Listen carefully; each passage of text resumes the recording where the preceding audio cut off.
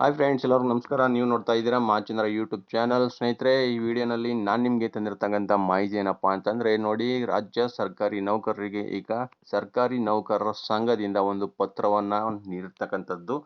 ಪತ್ರದ ಮೂಲಕ ಒಂದು ಮಾಹಿತಿಯನ್ನು ನೀಡಿರ್ತಕ್ಕಂಥದ್ದು. ಅದು ಬೇರೆ ಯಾರು ಅಲ್ಲ, ಕರ್ನಾಟಕ ಸರ್ಕಾರಿ ನೌಕರರ ಸಂಘದ ಅಧ್ಯಕ್ಷರಾದಂಥ CSC ಷಡಾಕ್ಷರಿ ಅವರು ಈ ಮಾಹಿತಿಯನ್ನು ಎಲ್ಲ ಸರ್ಕಾರಿ ನೌಕರರಿಗೆ ನೀಡಿರ್ತಕ್ಕಂಥದ್ದು. ಸೊ ಯಾವುದ್ರ ಬಗ್ಗೆ ಅಂತ ಬನ್ನಿ ನಾನು ಈ ವಿಡಿಯೋನಲ್ಲಿ ತಿಳಿಸ್ಕೊಡ್ತಾ ಇದ್ದೀನಿ. ಕಂಪ್ಲೀಟ್ ಮಾಹಿತಿ ನೋಡೋಣ.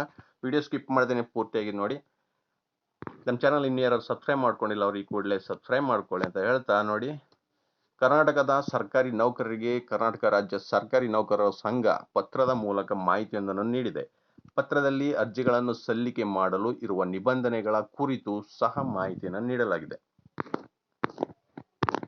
ನೋಡಿ, ಇದರಲ್ಲಿ ಸರ್ಕಾರಿ ನೌಕರರ ಸಂಘದ ಅಧ್ಯಕ್ಷರಾದ ರಾಜ್ಯಾಧ್ಯಕ್ಷ CS ಷಡಾಕ್ಷರಿ ಈ ಪತ್ರವನ್ನು ಬರೆದಿದ್ದಾರೆ. ಈ ಪತ್ರದಲ್ಲಿ ಆತ್ಮೀಯ ನೌಕರ ಬಾಂಧವರೇ, 2024ನೇ ಸಾಲಿನ PUC ಪರೀಕ್ಷೆಯಲ್ಲಿ ಅತಿ ಹೆಚ್ಚು ಅಂಕ ಗಳಿಸಿದ ಕರ್ನಾಟಕ ರಾಜ್ಯ ಸರ್ಕಾರಿ ನೌಕರರ ಮಕ್ಕಳ ಪ್ರತಿಭಾ ಪುರಸ್ಕಾರಕ್ಕೆ ಅರ್ಜಿ ಆಹ್ವಾನ ಎಂದು ತಿಳಿಸಲಾಗಿದೆ.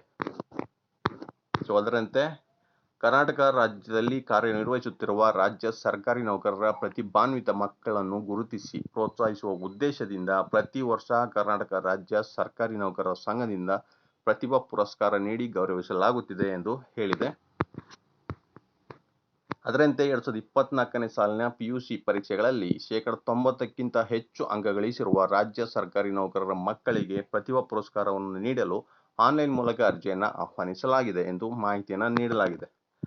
ಅರ್ಜಿ ಸಲ್ಲಿಸಲು ನಿಬಂಧನೆಗಳನ್ನು ಕೊಟ್ಟಿದ್ದಾರೆ. ನೋಡಿ, ಇದು ಗಮನಿಸಬೇಕಾದಂಥ ವಿಚಾರ. 90%ಕ್ಕಿಂತ ಹೆಚ್ಚು ಅಂಕಗಳ ಗಳಿಸಿದ ವಿದ್ಯಾರ್ಥಿಗಳು ಮಾತ್ರ ಆನ್ಲೈನ್ನಲ್ಲಿ ಅರ್ಜಿ ಸಲ್ಲಿಸುವುದು. ಅರ್ಜಿ ಸಲ್ಲಿಸುವ ವಿದ್ಯಾರ್ಥಿಯ ತಂದೆ ತಾಯಿ ಕರ್ನಾಟಕ ರಾಜ್ಯ ಸರ್ಕಾರದ ಕಾಯಂ ನೌಕರರಾಗಿರಬೇಕು ಹಾಗೂ ಸರ್ಕಾರಿ ನೌಕರರ ಸಂಘದ ಸದಸ್ಯರು ಕೂಡ ಆಗಿರಬೇಕು.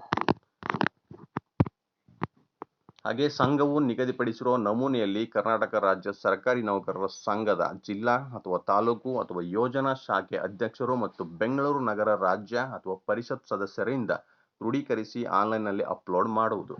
ನಿಗಮ, ಮಂಡಳಿ, ಪ್ರಾಧಿಕಾರ, ವಿಶ್ವವಿದ್ಯಾಲಯ, ಖಾಸಗಿ ಹಾಗೂ ಅನುದಾನಿತ ವಿದ್ಯಾಸಂಸ್ಥೆಯ ನೌಕರರು ಅರ್ಜಿ ಸಲ್ಲಿಸುವಂತಿಲ್ಲ. ಕೋರಿರುವ ಮಾಹಿತಿ ಹಾಗೂ ಅಗತ್ಯ ದಾಖಲೆಗಳನ್ನು ಅಪ್ಲೋಡ್ ಮಾಡದಿದ್ದಲ್ಲಿ ಅರ್ಜಿಯನ್ನು ಪರಿಗಣಿಸಲಾಗುವುದಿಲ್ಲ. PUC ವಿದ್ಯಾರ್ಥಿಗಳು ಅರ್ಜಿ ಸಲ್ಲಿಸಲು ಕೊನೆಯ ದಿನಾಂಕ, ನೋಡಿ, ಇದು ಮೇ 15 ಆಗಿರುತ್ತದೆ. 15/5/2024 ಆಗಿರುತ್ತೆ. ಬೆಂಗಳೂರು ನಗರ ಸರ್ಕಾರಿ ನೌಕರರು ತಮ್ಮ ಇಲಾಖೆಯಿಂದ ಕರ್ನಾಟಕ ರಾಜ್ಯ ಸರ್ಕಾರಿ ನೌಕರರ ಸಂಘವನ್ನು ಪ್ರತಿನಿಧಿಸುವ ರಾಜ್ಯ ಪರಿಷತ್ ಸದಸ್ಯರ ಸಹಿಯೊಂದಿಗೆ ದೃಢೀಕರಿಸಿ ಆನ್ಲೈನ್ ರಿಜಿಸ್ಟ್ರೇಷನ್ ಮಾಡಬೇಕು. ಜಿಲ್ಲೆ, ತಾಲೂಕು, ಯೋಜನಾ ಶಾಖೆ ವ್ಯಾಪ್ತಿಯ ನೌಕರರು ಆಯಾ ಜಿಲ್ಲೆ ಅಥವಾ ತಾಲೂಕು ಅಥವಾ ಯೋಜನಾ ಶಾಖೆಗಳ ಅಧ್ಯಕ್ಷರ ಸಹಿ ಹಾಗೂ ಮೊಹರಿನೊಂದಿಗೆ ದೃಢೀಕರಿಸಿ ಆನ್ಲೈನ್ ರಿಜಿಸ್ಟ್ರೇಷನ್ ಮಾಡಬೇಕು. ಉದಾಹರಣೆಗೆ ನೋಡಿ, ಜಿಲ್ಲಾ ಕೇಂದ್ರದಲ್ಲಿರುವ ತಾಲೂಕಿನ ಸರ್ಕಾರಿ ನೌಕರರು ಜಿಲ್ಲಾಧ್ಯಕ್ಷರ ಸಹಿಯೊಂದಿಗೆ ಆನ್ಲೈನ್ ರಿಜಿಸ್ಟರ್ ಮಾಡಬೇಕು ಹಾಗೂ ಉಳಿದವರು ಸಂಬಂಧಿಸಿದ ತಾಲೂಕು ಅಧ್ಯಕ್ಷರ ಸಹಿಯೊಂದಿಗೆ ಆನ್ಲೈನ್ ರಿಜಿಸ್ಟ್ರೇಷನ್ ಮಾಡಬೇಕು. ಸೊ ಅರ್ಜಿ ಸಲ್ಲಿಕೆ ಮಾಡೋದಕ್ಕೆ ಲಿಂಕನ್ನು ಇಲ್ಲಿ ಕೊಟ್ಟಿದ್ದಾರೆ ಸ್ನೇಹಿತರೆ. ನಾನು ಈ ಲಿಂಕನ್ನು ಡಿಸ್ಕ್ರಿಪ್ಷನ್ ಬಾಕ್ಸ್ನಲ್ಲೂ ಕೂಡ ಹಾಕ್ತೀನಿ, ನೀವು ಅಲ್ಲಿ ಹೋಗಿ ಚೆಕ್ ಮಾಡ್ಕೋಬೋದು. ಇಲ್ಲ ಒಂದು ದೂರವಾಣಿ ಸಂಖ್ಯೆಗಳನ್ನು ಕೂಡ ಕೊಟ್ಟಿದ್ದಾರೆ. ಹೆಚ್ಚಿನ ಮಾಹಿತಿಗೆ ನೀವು ಈ ದೂರವಾಣಿ ಸಂಖ್ಯೆಗಳನ್ನ ಸಂಪರ್ಕಿಸಬಹುದು.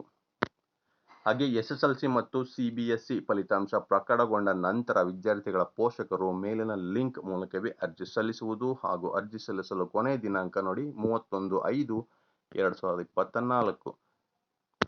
ಸೊ SSLC ಮತ್ತು CBSE ವಿದ್ಯಾರ್ಥಿಗಳು ಕೂಡ ಇದಕ್ಕೆ ಅರ್ಜಿಯನ್ನು ಸಲ್ಲಿಸಬಹುದು. ಅವ್ರಿಗೆ ಇದೇ ತಿಂಗಳ 31 ಕೊನೆಯ ದಿನಾಂಕ ಆಗಿರುತ್ತೆ. ಸೊ 90%ಕ್ಕಿಂತ ಅಧಿಕ ಅಂಕಗಳನ್ನ ಪಡೆದಿರ್ತಕ್ಕಂಥ ವಿದ್ಯಾರ್ಥಿಗಳು ಇದೊಂದು ಸೌಲಭ್ಯವನ್ನು ಪಡ್ಕೋಬಹುದು. ಪ್ರತಿಭಾ ಪುರಸ್ಕಾರಕ್ಕೆ ಈಗ ಅರ್ಜಿಯನ್ನು ಕರೆದಿರ್ತಕ್ಕಂಥದ್ದು.